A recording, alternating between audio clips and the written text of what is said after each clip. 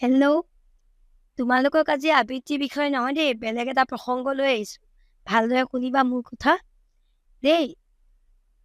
এই যে এণ্ড্ৰইড ফোনটো তোমালোকৰ হাতত যে আছে, তোমালোকে ৰিলছ চোৱা, ইউটিউব শ্বৰ্টছ চোৱা, কাৰ্টুন চোৱা, অন্য ভিডিঅ' চোৱা, গান শুনা, সেই এণ্ড্ৰইড ফোনটোৰ ঠাইত তোমালোকে যদি এখন আলোচনী লোৱা, বুজাই দিছোঁ দেই। যেতিয়া মই এজনী কণমানি ছোৱালী আছিলোঁ, মোৰ সময়ত কিন্তু এই মোবাইল ফোনটো নাছিল। মই তেতিয়া কি কৰিছিলোঁ জানা? মই তেতিয়া আলোচনী পঢ়িছিলোঁ, খুব বেছি আলোচনী পঢ়িছিলোঁ, য'ত নেকি জ্ঞানৰ অমৃত, নতুন শব্দ শিকিবলৈ পাওঁ আৰু মানে প্ৰত্যেকটো সময়তে মানে মই অনুৰাগী হৈ থাকোঁ কিবা এটা নতুন শিকাৰ প্ৰতি। আৰু সেই নতুন যিটো মেজিক মই পাইছোঁ, যিটো যাদু, সেই যাদুটো কিন্তু তুমি ইণ্টাৰনেটৰ মাধ্যমত নোপোৱা বা এণ্ড্ৰইড ফোনত নোপোৱা।